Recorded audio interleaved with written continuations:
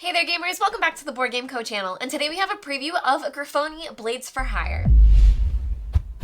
Hey there gamers, it's Professor Meg here, and welcome back to the Board Game Co channel. Today we have a preview of Grifoni Blades for Hire by Ludus Magnus Studios. Now this is a current Kickstarter campaign, so you can check out the link down below for everything that they have going on. This is a sponsored video, and this is also a demo version in front of me, so all rules, components, things like that are subject to change. Now, I am going to jump into Grifoni in a moment, but if you'd like to see exactly how this game plays, there's also going to be a gameplay on the channel between Alex and I.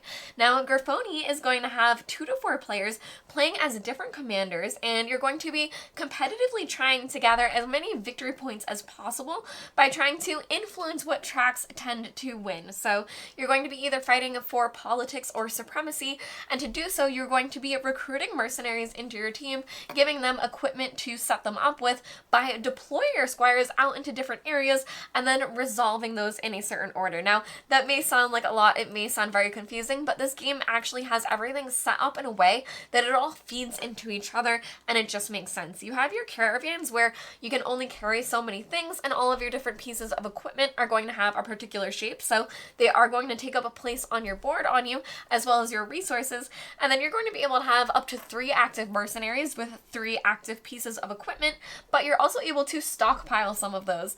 Now, different things you're going to be doing in the game is trying to influence what tracks win, because this is a very narrative game where there are going to be 3 different adventures, and depending on the adventure that you play, you're going to have certain prompts, and depending on what things win, which we'll get into in a moment, I know that sounds very ambiguous, but depending on what happens, you're going to move forward to certain entries, and that's basically going to progress you through each adventure, and you're going to have different endings depending on where you branch through. So players are going to be the ones affecting which of those entries are read, where you may want a certain one to be read and others might not want them to be read, but you're going to be working toward that to try to progress the game through to the end of the story. Now, here we have the game currently set up for 2 players, so you have 2 player boards here, and you can see their caravans with their resources as well as their equipment inside. So they do have their mercenaries, and as you can see, you can have up to 3 active ones, and then everyone else will hang out over here, but you're going to use everything that you have available to you to first place out your different squires. So you can see here that there are already squires placed onto these different areas, and the board for the worker placement is broken out into 8 different areas, and within those 8 areas there are 3 spots for you to be able to go to. For example, this squire over here is in the 5th tent, but he's in the 1st area, meaning that he's going to be able to gain 2 resources, either the crystals or the potions. So depending on where you are, you're going to trigger certain abilities. I'm not going to go over all of them, but I am going to go over the general feel of what you're trying to do with each of them.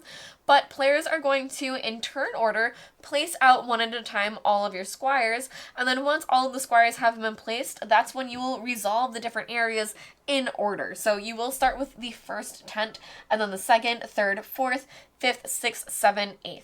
So that means that perhaps in the 1st one you want to buy a mercenary, but you don't have enough coins, so you are only able to afford the mercenaries that you have enough money for, and you aren't able to get those coins until later when that area resolves. Now, this resolution process is going to be very tricky because, as I said, you need certain things to trigger before others. So if you need money before you can hire a mercenary, you need to wait until a future round to go to the hiring mercenary spot and try to make some money for yourself. But also keep in mind, in your caravan you have to hold all of those coins, so that is going to take up spots on you, and we'll get into why that matters in a moment. But looking here at the different areas, just to briefly go over what they would do, this one is going to allow you to hire mercenaries, perhaps cycling some out, and these mercenaries are going to have abilities that will benefit you throughout the game. Now, in order to buy them, you have to pay the cost for them. This is the discard pile, but you'd have to pay the cost for them in both a supply and coins. So this one, for example, is 2 supply and 4 coins, meaning the bread token as well as the coins. So you do have to be able to afford them. And then these symbols down here are the different equipment that they're able to equip. So you can only equip certain equipments to the mercenaries if they match.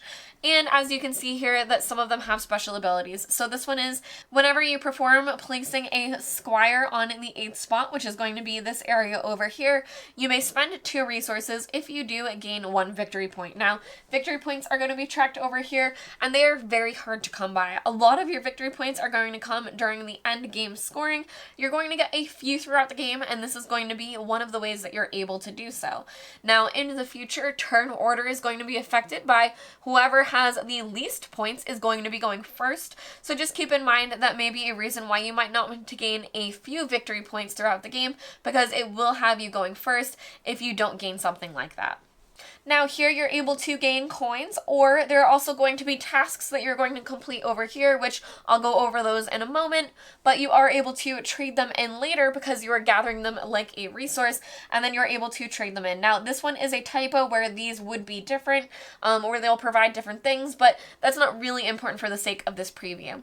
Now looking over here, you're able to gain different resources, or this is where you're able to tip the scales. So taking a look at the adventure here, players are going to want to win by certain means. So you're going to have 3 rounds, and if at the end of the 3rd round no player tries to trigger an ending, then this non-ending is going to happen and take place.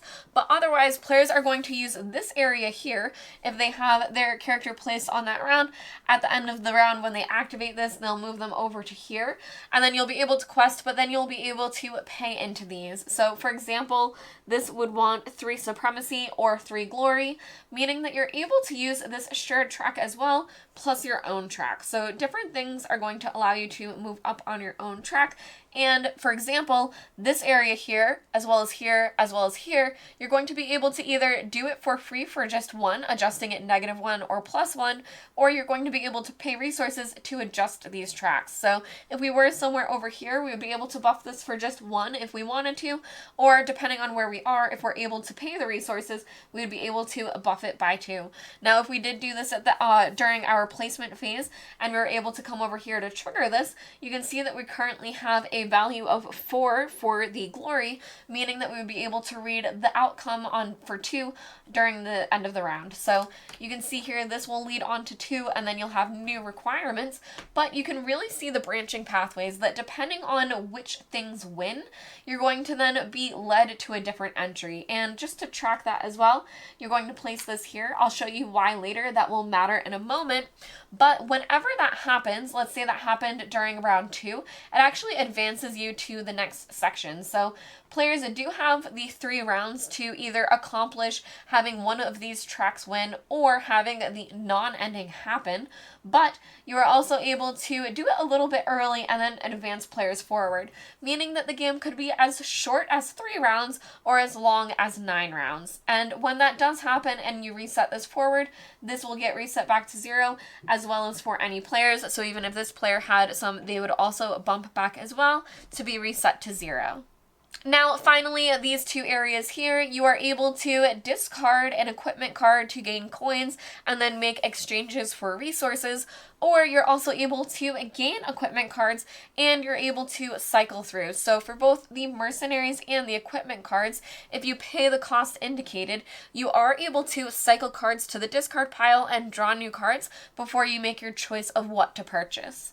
Now, finally, once all of these areas have been activated, but before players would move on to the plot choice part, you are able to complete tasks as well. So the different things that you're gaining are going to help contribute to those, because you're going to need distance to go to specific areas, and they're also going to need power to overcome the different tasks.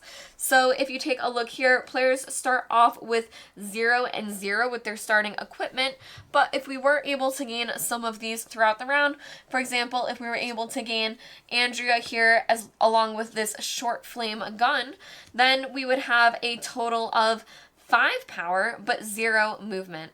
But you're also able to use the movement that is showing here on your player board. So currently, where we have all 3 of these completely unobstructed, we're going to have +3 to our distance. Now, if we had more resources, and actually having this short flame would actually create one of these in that area. So here you can see the short flame piece would have to get slotted into your caravan, meaning that this caravan currently has only +2 distance for them, meaning that they could go to this 0 area, which is always available and also costs 0 power, at least at the beginning, or you would be able to travel up to the 2 distance area. So with our two different things here, we know we have a total of 5 power with what we are able to overcome, meaning that we would be able to choose the tasks between the bride and the pillage. So taking a look at the pillage here, we would be able to either... Bandits are raiding the villages along the coast. You are asked to help the people by looking into the matter. Now, with this one, we are able to either find their boats and tamper with them, gaining 1 in this track as well as 3 supply, or wait for them to alert them about the danger in exchange for a reward, and then we would move up this track instead and gain 3 coins. Now, alternatively, we're able to hide in the bushes to spy on them and gain 3 resources of our choice. Now, a reason why you might want to do that bottom one is if you know a player is going to be ending the current phase, then you know you might want to go for something else, because gaining one of these tracks wouldn't necessarily matter because they do all get reset to 0 when you move on to the next section. So with our 5 power, this is plenty for us to be able to do this with the 2 power, and we would just say, for the sake of the example, we'll gain the 3 resources if it was being reset on us. So you would take this, place it down here, and that's how you would gain the tasks to be able to spend in the future in this area. Now, throughout the game, players are going to have some opportunities to gain a few points. You saw that mercenary was a reason to do so, and some of these tasks that you complete, especially as you get deeper and deeper into the harder ones, some of them may provide victory points for you as well.